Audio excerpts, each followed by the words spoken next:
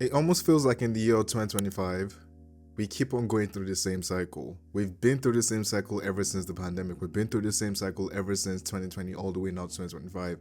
And you would think that everything would change at the end of 2024 going to 2025, but it just feels like everything keeps on getting worse. We've been through this exact same topic. We went through this exact same company. We went through this exact same phase of certain individuals being responsible for the IPs we love and we hold dear. This is the problem, and this is the problem that's going to continue happening in the gaming industry, whereby you have people who are executives, who are suits, making the decisions for video games. Warner Brothers, the same Warner Brothers game studios that made the Suicide Squad, the same Warner Brothers studios that more or less forced Rocksteady to make Suicide Squad, the same Warner Brothers studio that forced most of their companies to make live service games because, live service games is the trend. This is why companies like Warner Brothers have no business being responsible for the IPs that they own.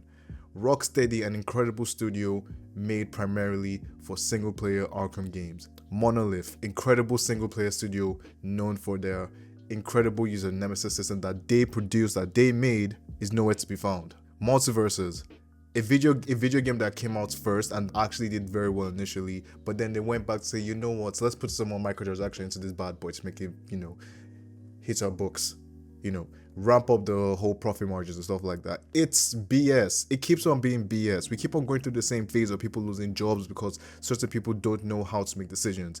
This is all a mismanagement problem. And then all of a sudden you go back and say, oh, hey, we're closing down these studios. And then what we are going to do instead is we're going to go all in on some IPs, Harry Potter, Batman, and Mortal Kombat. So basically, what you're trying to tell me right now is every single company that fails once, that's the end of the company.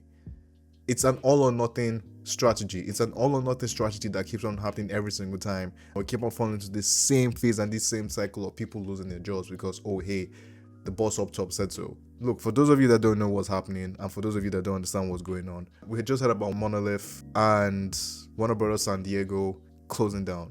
It's getting tiring. I don't want to get upset. I want to play the E4 music because honestly, I think some people need to be heard. Some people need to be... You have to understand what it means, right? We had a studio, the same studio that made Shadow of War, Shadow of Mordor. Incredible third-person, open-world action games. Well, I want to say RPGs, but they're not really RPG games. They're more of like action-adventure RPG, that sort of thing. And they're nowhere to be found. They were working on a Wonder Woman game.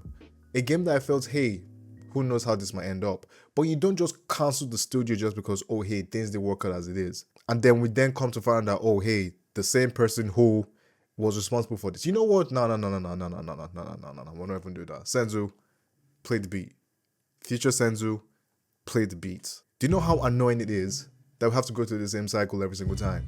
The same cycle of certain CEOs, Andrew Wilson, bodies, David Zaslav, bodies, David Abahad, bodies, Bobby Kotick, bodies. You're racking up the body count of people who keep on losing their jobs. Why would people want to work in an industry which doesn't reward people who are loyal, people who put in the work and the effort that they do? We keep on going through this thing, and I keep on repeating myself that we keep on going through the same cycle. It's never ending. I'm not one of those people that says it's all doom and gloom for the gaming industry, but honestly speaking, it might be at that point because it always feels like it's either AAA or indies. There's none in the middle. There's no such thing as a AA studio anymore because everyone is trying to figure out, oh, hey, how are we going to make the most money from this particular IP and gouge every single person that buys this game and make sure we get as much profit and squeeze from as much consumers as we possibly can. It's, I promised myself I was going to get upset.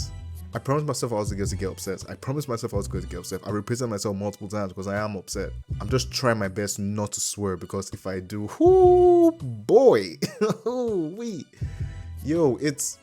I wanted to make this more informative. I wanted to make this a video about us talking about the beauty of games, also talking about the beauty of just the gaming industry. Monster Hunter Wilds just came out. It's a banger of a game. I haven't played it yet. I don't think I'm going to play it anytime soon, just because I'm busy doing other things and whatever. We just went through Kingdom Come Deliverance. We just had Metaphor and Fantasia later in the year. We just had Balatro, an indie game, all of a sudden just being recognized for being a Game of the Year contender.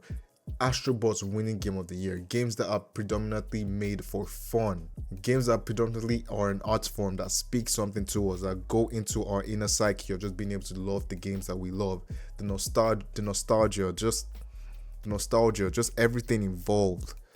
But then every single time, live service this, live service that, and there are ways to do a live service game. Fortnite, Marvel Rivals, these are live service games that are flourishing. Why? Because they do something right. You can't repeat the cycle.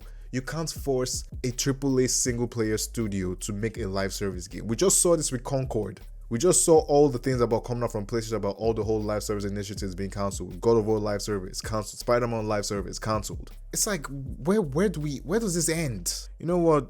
That's I guys, I don't know. I'm still looking forward to gaming. Like, I'm never going to say gaming is dead. Gaming isn't dead, but now more than ever, we need to be aware of the issues that are going on in games. Do not insult the developers. Don't insult the gaming studios. Insult the executives. Go at the executives, the people making these dumb decisions. At least in this case, the person that was making all the dumb decisions is actually gone from the company for the first time, which doesn't really happen. But it doesn't change the fact that, hey, we lost studios, and we even just lost a perfect system with the Nemesis system being patented by Warner Brothers and not being able to use it to 2036. Why? You know what? Those are my thoughts, guys. What do you guys think about the video? Leave the comment section down below what you think. I'm defeated, bro. I'm defeated. Man, gaming. What a time to be a gamer. Thank you guys for watching the video. Hope to hear from you soon. I'm gonna see you on the next one. Peace out.